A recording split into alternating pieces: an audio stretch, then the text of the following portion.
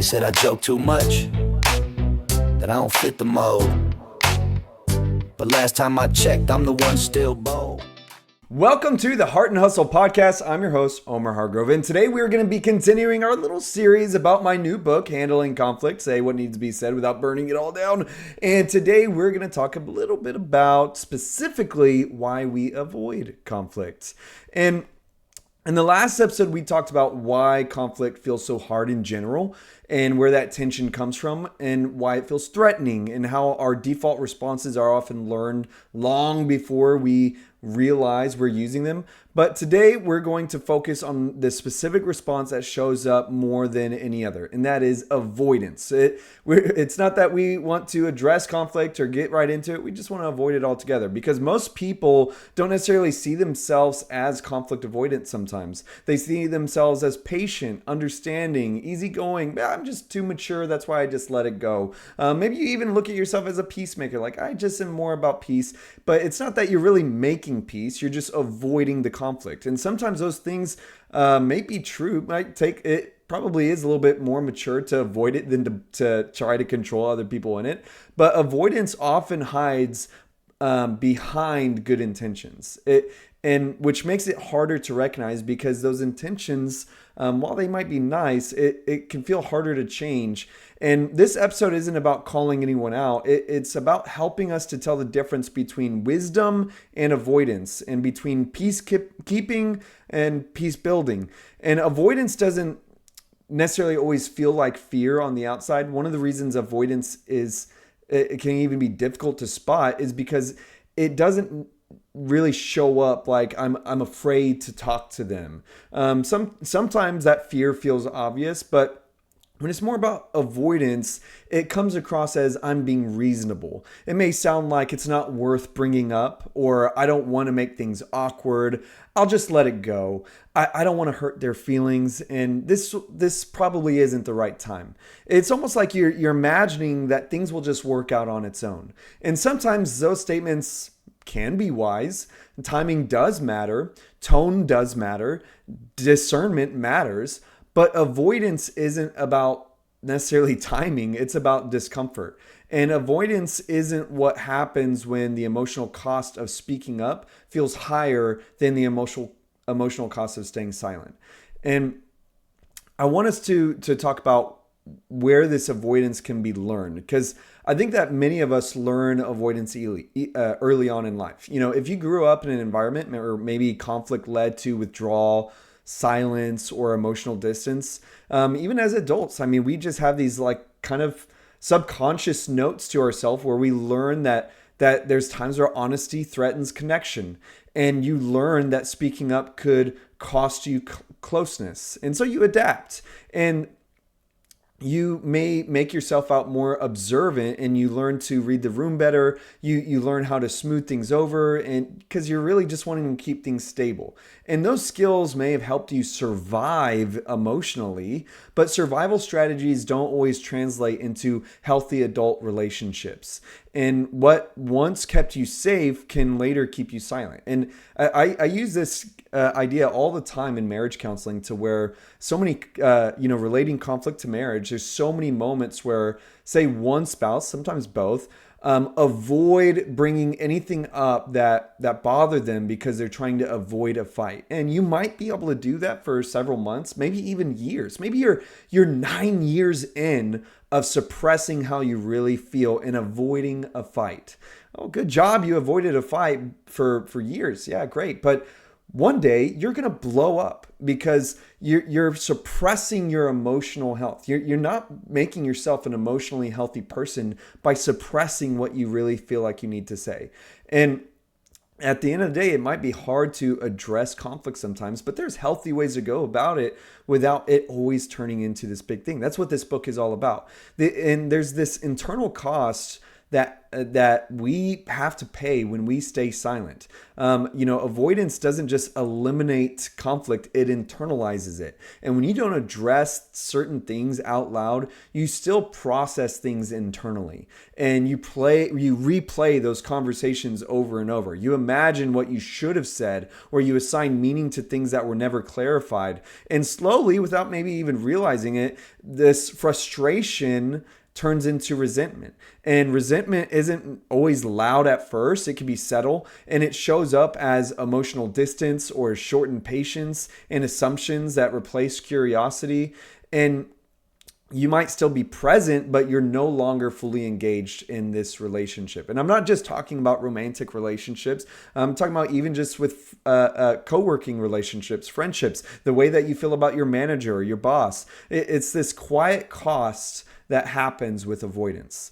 And one of the most important distinctions that I feel like I've learned is the difference between peacekeeping and peace building. See, peacekeeping is about keeping things calm on the surface. Like, we're just trying to keep the peace. We don't want any waves. We're trying not to make any disruptions. And it prioritizes comfort and stability. But peace building is about really creating something stronger underneath. It requires honesty to be able to build bridges like this. It requires courage and sometimes even discomfort. And peacekeeping asks, how do we keep this from getting tense? While peace building asks, what do we need to address so that this tension doesn't keep growing underneath? Avoidance almost always chooses peacekeeping, but not because it's wrong, but because it feels safer in the moment. Now, there's moments where that avoidance can feel tricky because avoidance can even get praised. Like, you're called, maybe you're told you're easy to work with, or you're seen as low maintenance. Maybe people describe you as drama free. And on the outside, it's like, oh, thanks, I'm so likable. Well, being drama-free doesn't mean that you're conflict-free. And it doesn't mean that you're not carrying these things quietly on the inside. I find so many people who might be drama-free, but also deal with massive anxiety on the inside due to their people-pleasing. And maturity isn't measured by how little tension that you create. It's measured by how honestly you can handle tension when it does show up. And avoiding that tension or that conflict doesn't mean that you're just magically emotionally healthy because you don't address it. It often means that you're emotionally overloaded. I mean, think about, like, if we were to treat wounds like that, we're like, oh, it's fine. I don't need to put any rubbing alcohol. I don't need a bandage. It's fine. Don't worry about it. It's gonna fester, and that's often what conflicts can feel like, is that it might sting to address the wound, but it's still the healthier way to go about it than trying to not be a bother to anyone. Avoidance usually protects us in our minds from something specific. It's like the fear of being misunderstood, the fear of being rejected, the fear of creating distance, the fear of being seen as difficult. It's even like these fears that make sense. And especially if relationships that matter deeply for you. The irony, though, is that avoidance often creates the distance that you're trying to prevent. And over time, people feel like this lack of honesty within these kinds of exchanges, even if they can't articulate it. And at the end of the day, connection just requires truth, and truth often requires risk. And one of the most sobering realizations is to realize that silence is not neutral. Choosing not to speak is still a choice. It shapes the relationship just as much as speaking does. And when something matters and isn't addressed, it doesn't disappear. It settles. It becomes part of a relational environment. And eventually it influences how safe or unsafe, how close and how authentic relationships can feel. And think about any workplace where everyone internally knows, like, it's like unspoken that this place is toxic. Any workplace that just feels, everyone almost like hates the workplace. They know that the culture is toxic. There's gossip, there's slander, there's this, that, and the other, but no one really addresses it. See, those are moments. Why don't we address this? Because we've all chosen to avoid it. And that avoidance has made a decision for our work culture. And it goes even, we can look at almost any workplace, any even like great leaders that were seemingly great leaders that had really toxic traits to their personality that no one said anything. We just avoided it because it was tense. And all of a sudden, people come out of the woodworks to where like this was the most hurtful, toxic experience I ever had, and everyone's like, "Yeah, well, we all kind of knew it was that way, but what could we do?"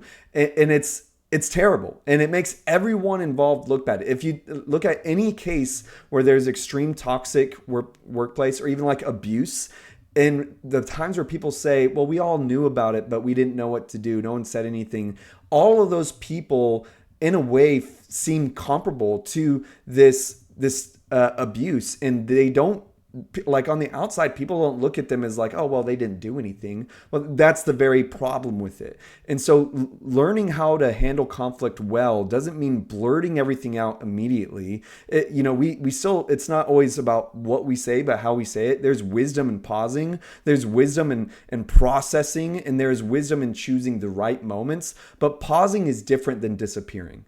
And a pause can have intention, but avoidance has fear underneath it. One moves you towards clarity, while the other moves you away from that clarity. And it takes discernment. It's learning the difference that in being honest with yourself. So if you recognize yourself in this, I think that all of us have some type of trait in this. The goal isn't to become confrontational overnight. The goal is to become honest. That's the goal for today. To start noticing when you're staying quiet out of wisdom and when you're staying quiet out of fear. Ask yourself, what am I protecting myself from right now by trying to avoid this? Ask yourself, what might this cost me if I never address this? How will this look over time? Avoidance isn't a character flaw. It is a learned response. And it's one that we need to unlearn in order to properly handle conflict. So with all that being said, we will continue delving into this book. I'm really excited about being able to share different pieces with you. Perhaps next week, we might even talk about why explosive conflict feels sudden, even though it's usually been building over a long time. But until next time, have a great life. Then tell me why you still watch every move I take. You call me phony, nah, I'm just free. And if you still doubt me, go by my book.